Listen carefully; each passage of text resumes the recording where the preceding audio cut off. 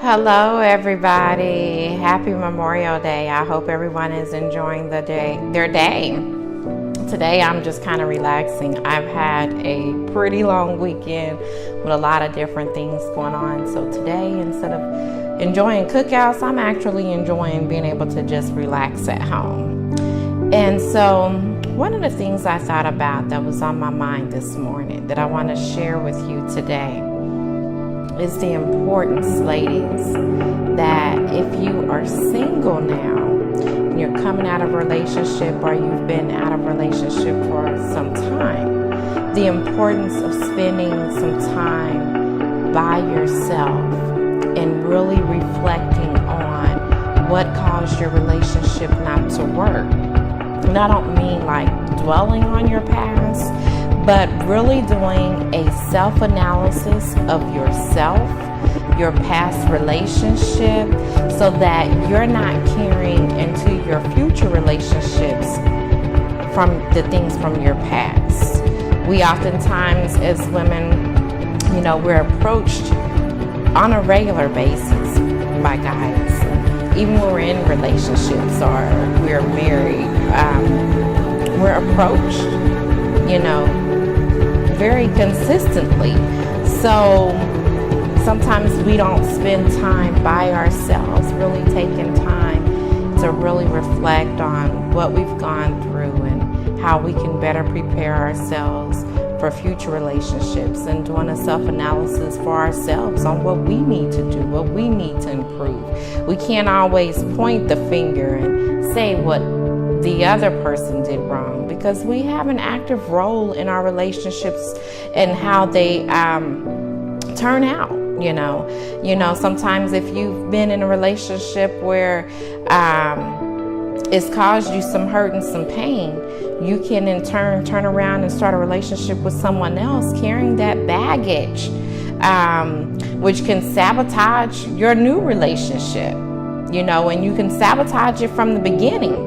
And sometimes, maybe you have a supportive partner that is willing to help you get through it. But if they're not willing to help you get through it, then you're sabotaging a possibility of something that could be great. And so we all come, from different situations and circumstances, and the need to really take time to be by yourself and do a self-analysis on what you need to work on.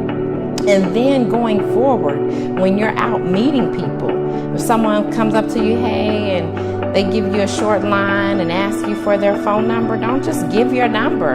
Ask questions, let them know from the top what your expectations are for, what they are. I don't mean when you first meet them, say, hey, I'm ready to get married. Everybody's not husband material. You may not even be wife material until you get yourself together. I always say people oftentimes pray for a husband or wife, but we don't pray how to be a husband or wife. Hello? I don't know about y'all, but I can feel that right there.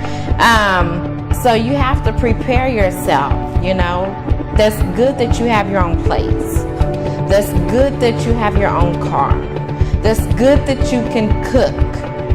And by the time you're in your 30s, that INDEMP, all that stuff is nothing to get excited about anymore.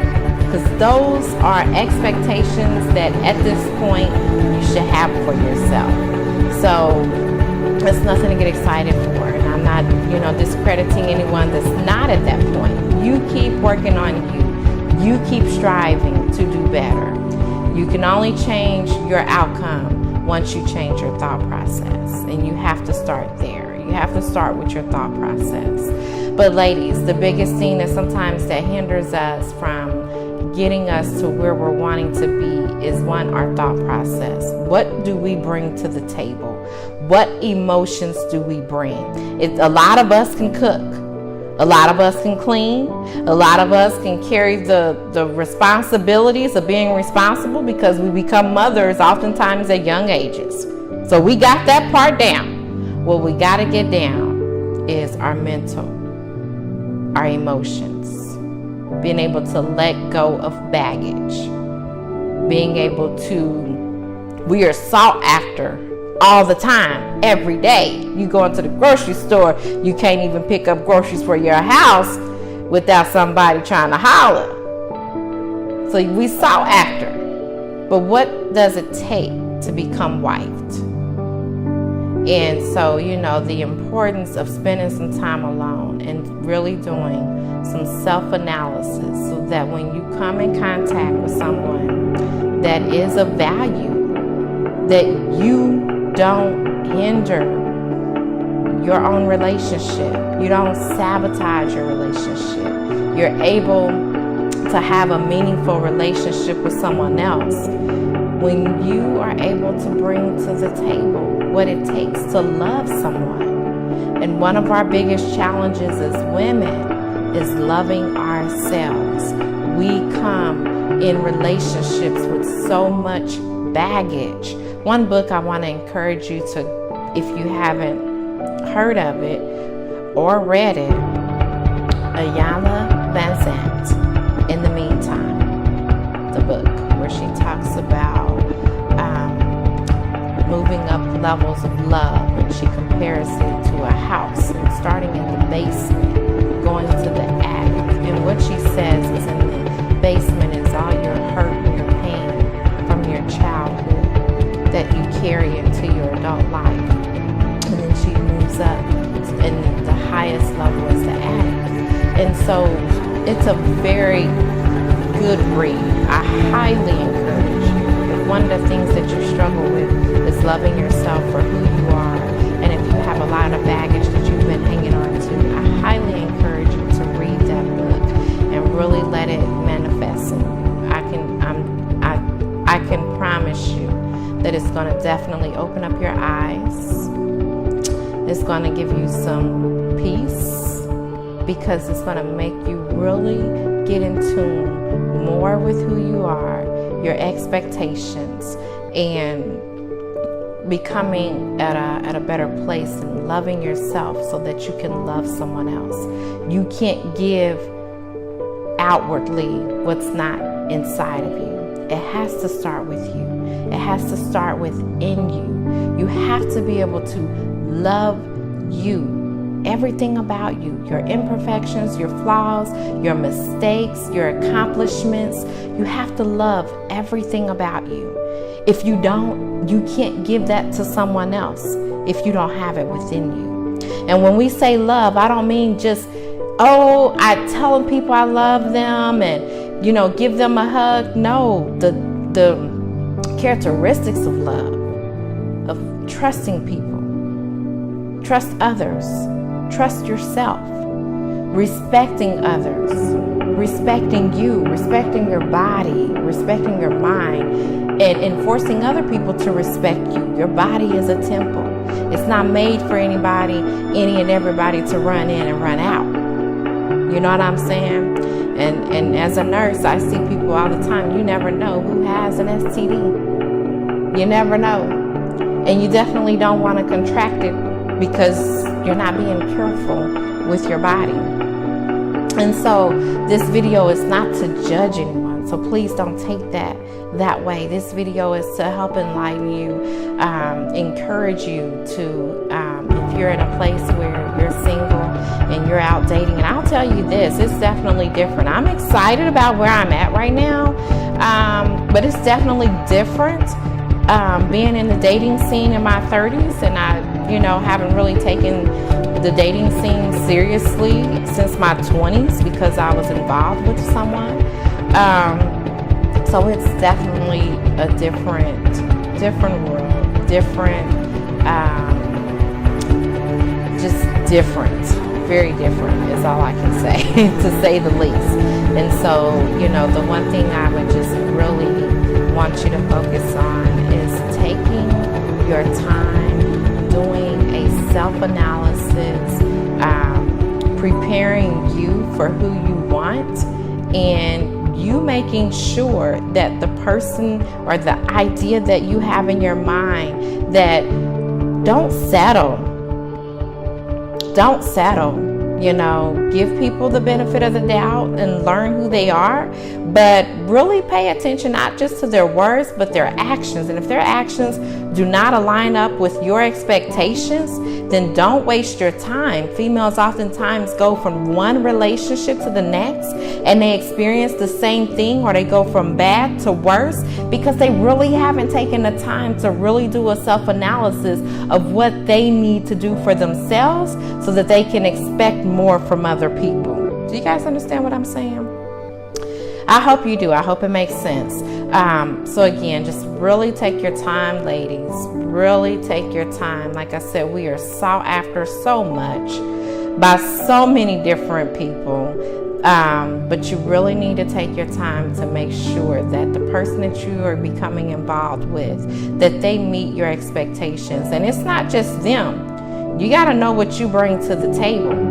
If you've got baggage and you've got things that you need to work on, then before you try to seek after someone else or you allow them to occupy your time and your attention, do your homework, do the self-work, do the self-analysis, take time to be alone with you and do what you need to do to get yourself together so that when you do meet a good person of quality, that you have something to bring to the table too. Because, energy attracts energy. If you're a person that's insecure, more than likely you're going to attract someone that's insecure as well. And what does two insecure people do? That is in a relationship, that's a relationship for disaster. You can't concentrate on enjoying and loving each other because you're too busy worried about what each other is doing. When both of you might not even be doing anything. But because you're insecure, you can't see that. So, you really have to take time if you have problems with trust issues. If you have experienced being cheated on and you go into future relationships and you think that what your ex did is someone new is going to do the same thing to you, then you're not giving a new person. You should trust someone until they give you a reason not to trust them. If they give you a reason not to trust them, then you have every reason not to trust them. But if you just out the gate, oh, my ex cheated on me, and so everybody else, I can't put my trust in them. Trust them until they give you a reason not to. Those are things that, again, but if you don't take the time to do a self-analysis of what went wrong in your last relationship, what did your partner do, and then also what did you do to make the relationship not work? And then going into future relationships, what do you need to change about you so that you can bring more quality to the relationship? What are your expectations? If a guy comes up to you and says, what are you looking for in a man? If you can't answer that question, you're not really ready to be dating. Ask yourself, what are you looking for? What do you want? What are your expectations? Those are some things that you should think about. You should ask yourself and have that in your mind. And when you're out meeting people, ask yourself. And when you go on dates and you spend time with them, ask yourself, does this person align with what I'm wanting? And you have to take out of your head, well, my husband is tall, skinny, or he's gonna be short and with some weight. Take out of that, because your ideal husband and who you think based off of looks, you have to go by their actions, how they treat you, how they make you feel. Your ideal husband is going to be the one who's going to love you, show you what love is, and you can't go by the physical characteristics for that. You have to go by the mental and the emotion.